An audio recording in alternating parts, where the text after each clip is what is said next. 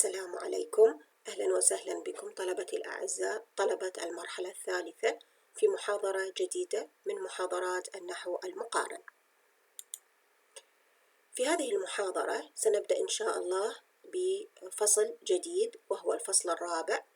This chapter is called or entitled Syntax the Sentence, after we have finished chapter 3, which dealt with morphology, and we have discussed all about the two fields of morphology, which are inflectional and derivational morphology. Now we come to study a new chapter, which is chapter 4, and this chapter will deal with the sentence. We'll discuss the patterns, the elements of the sentence, the different types of sentences, and the various word order variation. All these topics will be discussed in this chapter, inshallah. So, before we go in detail with this chapter, first we want to ask this question, and on the basis of answering this question, we are going to know what topics will be included within this chapter. So the question is, how many types of sentences are there according to the number of clauses they contain? So السؤال يقول كم عدد أنواع الجمل اعتمادا على عدد الكلوزز التي تحتويها تلك الجملة. When we say the word clause, this means that there should be a verb and a subject. So, to answer this question, we can say that there are two major types of sentences. هنالك نوعين رئيسيين من أنواع الجمل اعتمادا على عدد الكلوزز، عدد العبارات الفعلية التي تمتلكها الجملة. These two major types are either simple or complex sentences. When we say a simple sentence, with regard to the number of clauses, this means that a simple sentence is a sentence which consists of only one clause. This means that we will have here one subject and one verb only. This is called a simple sentence. Whereas, on the other hand, a complex sentence, it is the sentence that consists of two or more clauses. So, whenever you have two or more clauses, this sentence will be regarded as a complex sentence. Also, some other information about simple sentences is that a simple sentence contains one idea. تمتلك فكرة واحدة. Contains a subject, verb, and a complete thought. إذن الجملة البسيطة أو simple sentence تتكون من one clause. When we say one clause, this means that it contains a subject, a verb, and it should express a complete thought. يجب أن تعبر عن فكرة متكاملة. For example, my teacher loves pizza. So this is an example of a simple sentence because we have one clause only. We have a subject, we have a verb, we have one idea, and we have a complete thought. So this is regarded as a simple sentence. Also, some other distinction between simple and complex sentences. As we said, a simple sentence is composed of one subject and one verb. For example, Andre plays tennis on Fridays. So here, this is a simple sentence because it consists of one clause, which means it consists of one subject and one verb. As for the complex sentence, it should include more than one subject and or more than one verb. So, for example, we say she's a gentle woman who plays tennis well. As you see here, we have two verbs. We have is, this is the first verb, and we have plays, this is the other verb. So in this case, this is an example of a complex sentence because it has more than one clause. Also here you can see some other examples of complex sentences. I am excited to hear the announcement of the winner. Also here we have two verbs because we have verb am, verb to be, and we have here is another verb. So this is a complex sentence. Matt really enjoyed the breakfast you cooked for him. Also here we have an example of a complex sentence, because as you see here we have two subjects. We have Matt and you. This is the other subject, and we have two verbs, enjoyed and cooked. So this is regarded as a complex sentence. Bring some coffee before it turns cold. Also here we have an example of a complex sentence, because we have two verbs, bring and turns, and also there are two subjects. The first subject is omitted, of course, because we have an imperative sentence, but it could be understood as you. You bring some coffee. And the other subject is the pronoun it. So here we have also two subjects and two verbs. This means that we have more than one clause. So again, we have an example of a complex sentence.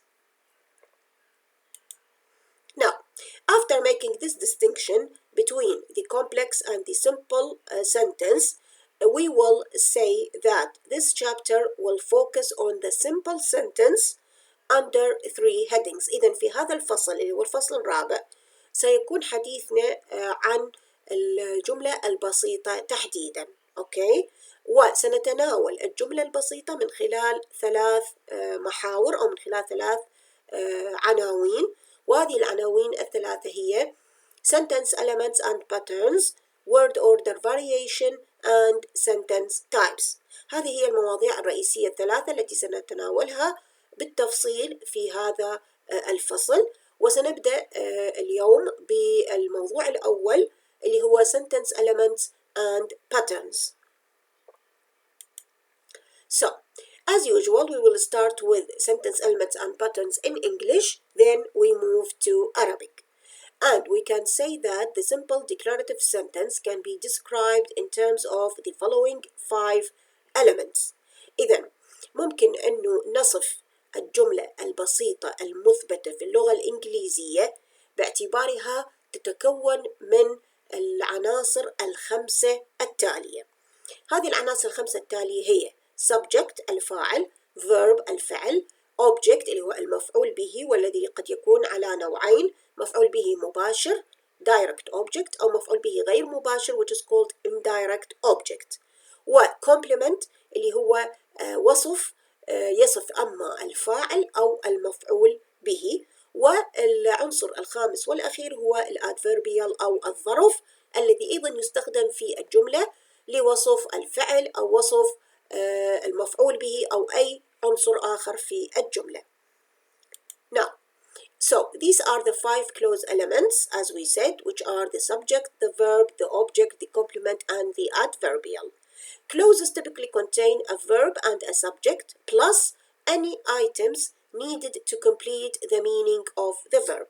إذن الكلوز أو العبارة الفعلية في الجملة البسيطة in the simple sentence عادة تحتوي على الفاعل زائدا الفعل وأي عنصر آخر تحتاج الجملة كي يكتمل معناها أو كي تكمل معنى الفعل، ولكن الشرط الأساسي أن تحتوي الجملة على فعل وفاعل. هذا شرط أساسي كي يتكون لدينا what is called a clause. Now, نبدأ بالعنصر الأول, the first element, which is the subject أو الفاعل. In a declarative sentence, the subject is typically a noun phrase, a noun or a pronoun that determines the person and number of the verb. إذن في الجملة المثبتة يكون الفاعل هو عبارة عن عبارة اسمية، وحين نقول عبارة اسمية يعني أما أن يكون اسم صريح أو ضمير، ويكون هذا الفاعل مسؤول عن تحديد person and number of the verb. يعني إن كان الفعل يشير إلى الشخص الأول أو الشخص الثاني أو الشخص الثالث، وإن كان الفعل أيضا يشير إلى مفرد أم إلى جمع. إذن الفاعل هو اللي راح يحدد لي نوع الفعل إن كان first person, second person or third person، وأيضا it determines the number of the verb whether we are dealing with a singular subject or a plural subject. The subject refers to the doer of the action expressed by the verb. إذن الفاعل هو الذي يشير إلى من قام بالفعل في تلك الجملة. هذه هي وظيفة الفاعل، أن يشير إلى الشخص الذي قام بالفعل أو الشيء الذي أدى الفعل في تلك الجملة. So what is the subject? We can say that it tells whom or what the sentence is about. إذن الفاعل يشير إلى على ماذا تدل الجملة أو على ماذا تدور الجملة. So it can be singular or plural. طبعا الفاعل ممكن أن يكون بصيغة المفرد وممكن أن يأتي بصيغة الجمع. لاحظوا هنا أمثلة مختلفة لاستخدامات مختلفة للفاعل. For example, John arrived late. هنا لدينا proper noun اللي هو John. It functions as the subject. أحيانا يكون قلنا الفاعل يأتي بصيغة plural. For example, some students should take summer courses. إذن هنا الفاعل جاء بصيغة الجمع. Nobody attended the meeting. هنا nobody is a pronoun, so the subject can be used also as a pronoun. We thought that the teacher would be absent. Also here the subject is we, which is also a pronoun and in the plural يعني جاء في صيغة الجمع. And here also we have another subject which is the teacher, which came as singular. It is snowing. This type of subject is a special kind of subject which is called empty it subject. دائما يستخدم هذا النوع من الأفعال اللي نسميه empty it subject للحديث مثلا عن الطقس، عن أحوال الجوية، عن موضوعات معينة، ويسمى بهذا الاسم empty it subject لأنه الضمير it هنا لا يستخدم كضمير للتعويض عن اسم معين أو شيء أو معين، وإنما كما قلنا يستخدم فقط للإشارة إلى الحالة الجوية أو إلى الطقس أو مواضيع أخرى مشابهة. فهذا النوع نسميه دائما empty it subject. Now, there's some important information regarding the subject which says that every sentence must have an explicit subject except for the imperative and sentences with the infinitive form of the verb. إذن ملاحظة مهمة جدا تخص الفاعل في اللغة الإنجليزية. تقول هذه الملاحظة: كل جملة باللغة الإنجليزية ينبغي أن يكون الفاعل فيها ظاهرا. أوكي؟ ما عدا حالتين. الحالة الأولى حين يكون لدينا جملة أمرية، ففي الجملة الأمرية كما درسنا سابقا عادة يكون الفاعل مستتر. أو الحالة الثانية حين يكون لدينا infinitive form of the verb، حين يكون لدينا to زائدا الفعل، to زائدا مصدر الفعل. في هذه الحالة أيضا لا وجود لفاعل ظاهري، وإنما يمكن أن نفهم شنو هو الفاعل اللي ما نشوفه موجود في الجملة. إذن فقط في هذه الحالتين يمكن أنه لا نجد الفاعل في الجملة، لكن ما عدا هاتين الحالتين لابد أن يكون الفاعل موجودا في الجملة الإنجليزية.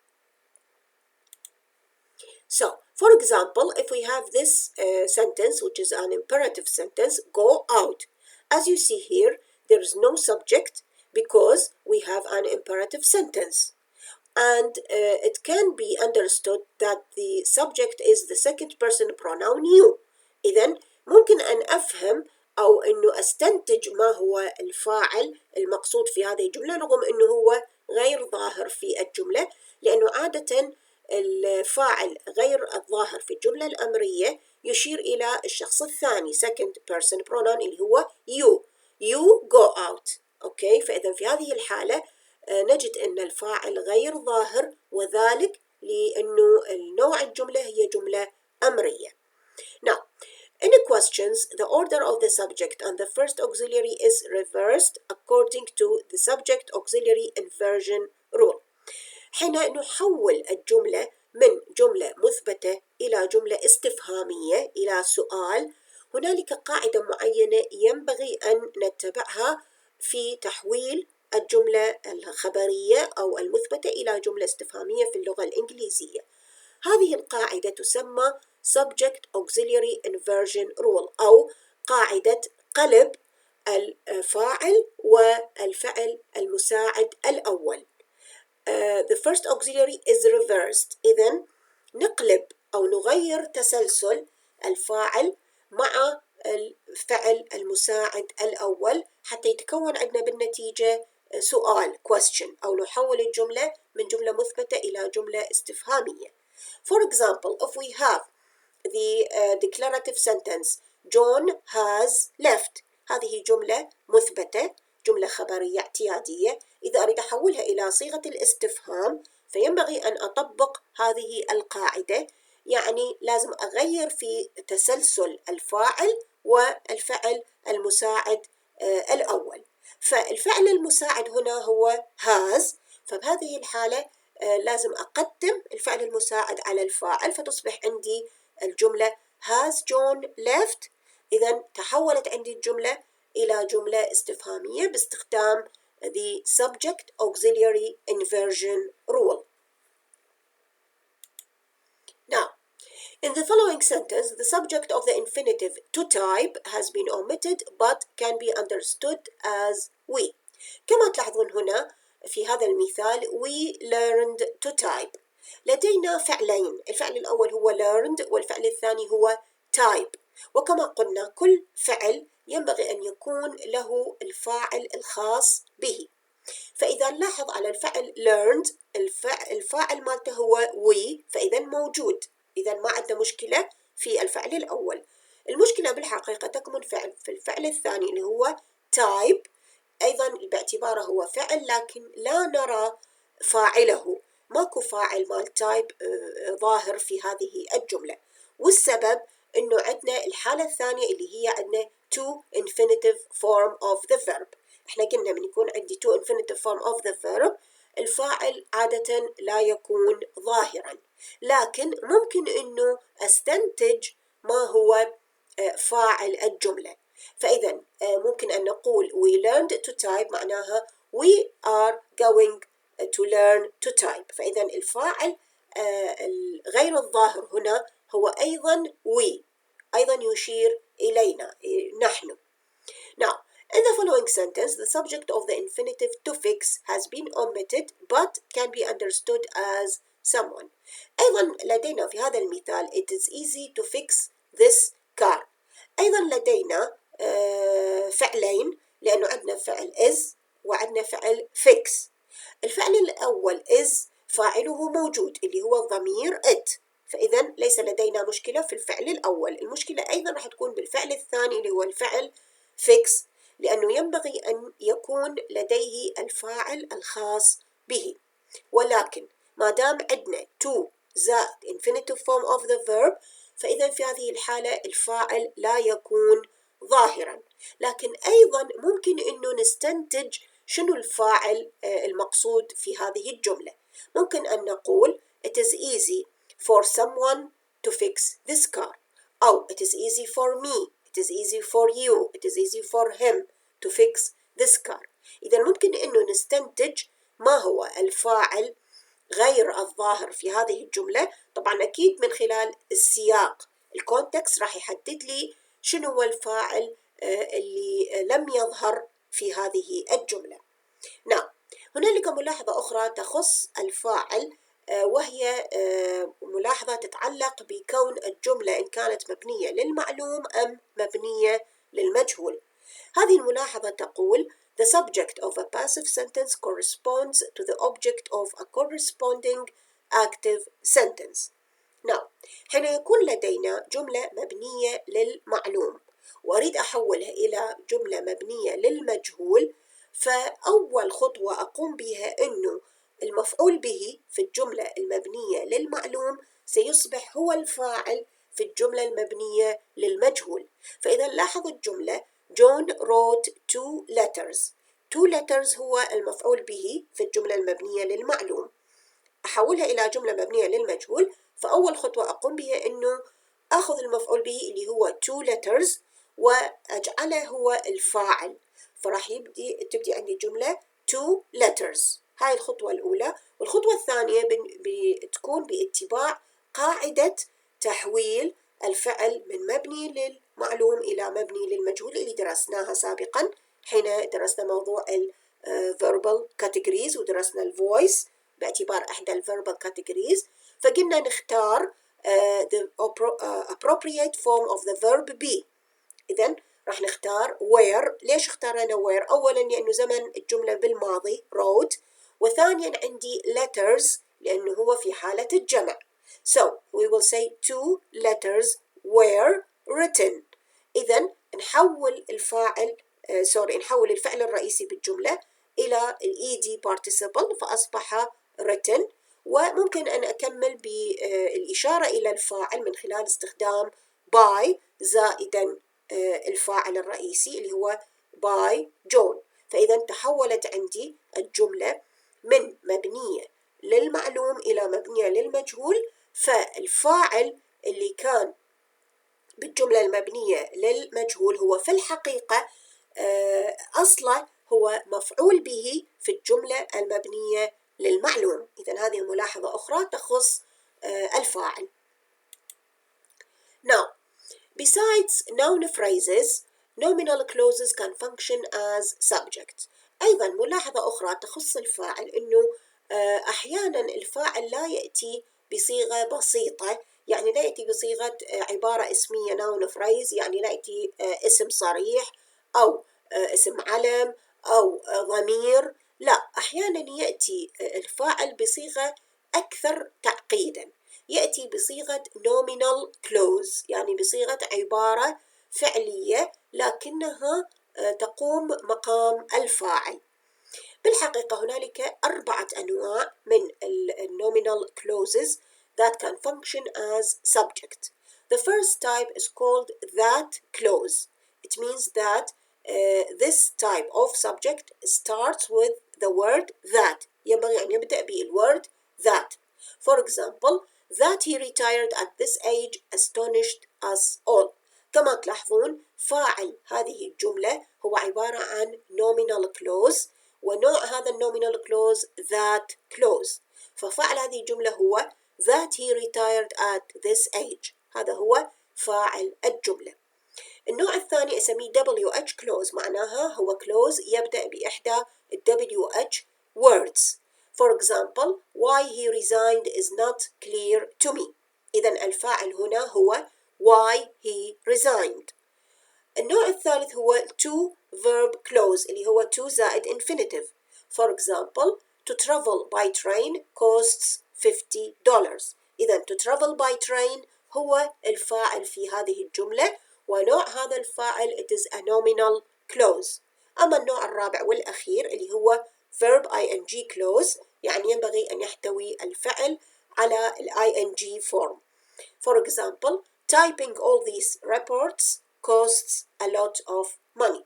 أيضا الفاعل في هذه الجملة راح يكون عبارة عن nominal clause اللي هو typing all these reports.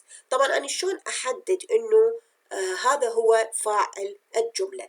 ينبغي بالبداية أن أحدد الفعل الرئيسي بالجملة.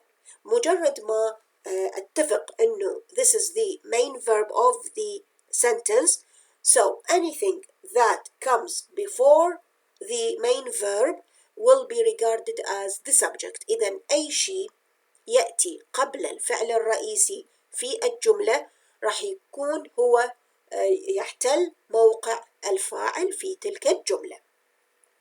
Now, to make it more clear to you, I tried to collect some other examples for the nominal clauses which function as subject. كما تلاحظون هنا أمثلة أخرى نلاحظ بها استخدام الفاعل كnominal clause، كclause كامل. That Anne likes her new job is clear, or that she should forget me so quickly was rather a shock. هذا هو النوع الأول من nominal clauses اللي هو that clause. What you need most is a good rest. What he did was unexpected. How she escaped remains a mystery. هذه الأمثلة الثلاثة تمثل النوع الثاني من أنواع nominal clauses اللي هي WH clause. To tell the truth is always right. هذا يمثل لي النوع الثالث من أنواع nominal clauses اللي هي to verb clause. Reading before bed helps me fall asleep, or driving very fast on a busy road may lead to an accident. المثالين الأخيرين يمثلان الحالة الأخيرة أو الرابعة من حالات nominal clause اللي هي verb ing clause. كما تلاحظون هنا يأتي الفاعل ليس بصيغة بسيطة وإنما بصيغة أكثر تعقيدا، لأنه يأتي على شكل عبارة فعلية كاملة، وهذه العبارة الفعلية تكون على 4 أنواع. Now, some question can be raised here.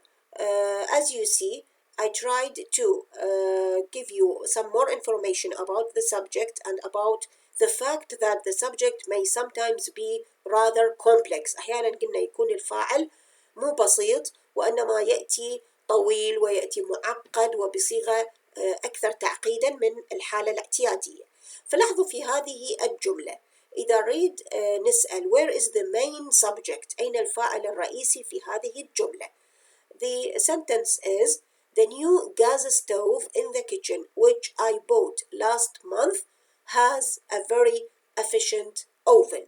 إذا هذه هي الجملة والمطلوب أن نحدد الفاعل الرئيسي لهذه الجملة. جوابا على السؤال سيكون الجواب الصحيح هو the main subject is the new gas stove in the kitchen which I bought last month. إذا هذه كلها العبارة هي الفاعل الرئيسي في هذه الجملة. كما تلاحظون الفاعل الرئيسي هنا أتى بصيغة معقدة جدا لأنه يحتوي على clause، يحتوي على فعل وبصفات كثيرة. فإذا in this case the main subject is rather complex, rather complicated، معقد نوعا ما، لكن أيضا أستطيع أن أميز الفاعل الرئيسي بالجملة بعد أن أميز الفعل الرئيسي لتلك الجملة. مجرد ما حددت الفعل الرئيسي للجملة راح أعرف أنه أي شيء يأتي قبل هذا الفعل الرئيسي راح يكون هو في مقام الفاعل. Okay, so this is an important information. هذه معلومة مهمة ينبغي أن لا تغيب عن بالنا حين نحدد الفاعل الرئيسي في الجملة. So this is the end of our lecture for today. Thank you all for your attention and I hope you find the lecture interesting and useful as well. Of course, if you have any questions, any suggestions, any ideas, I will be glad to hear them and I will be glad to answer them at any time. So thank you again and see you in our next lectures, inshallah.